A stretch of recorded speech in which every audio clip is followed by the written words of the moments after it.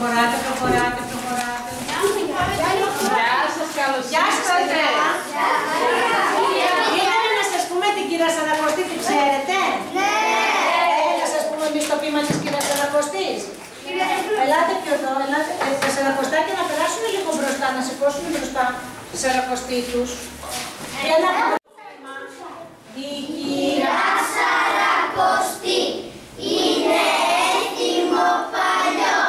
Οι γιαγιάδες μας την φτιάχναν με αλεύρι και νερό.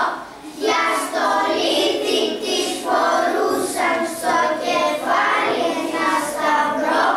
Μα το στόμα της ξεχνούσαν γιατί νίστευε καιρό. Και τις μέρες τις μετρούσαν με τα πόδια της τα 7. Κόβαν ένα τη βδομάδα μέχρι να έρθει Πασχαλιά. Καταλάβατε γιατί έχει τα πόδια, παιδιά? Ναι! Εμείς τώρα θα σας βγάλουμε το ένα το πόδι. Θα σας βγάλουμε και το άλλο το πόδι. Πόσα πόδια πρέπει να βγάλουμε? 3. Γιατί έχουν μείνει 4 εβδομάδες. Βλέπετε, το κάναμε με κόλπο. Ναι, 3. Μην τα σπάμε τα ποδαράκια για να τα χρησιμοποιήσουμε. Έτσι λοιπόν, πόσες εβδομάδες μείνανε τώρα? 4 εβδομάδες. Ναι. Έμειναν 4 εβδομάδες. Βλέπετε που δεν έχει στοματάκι?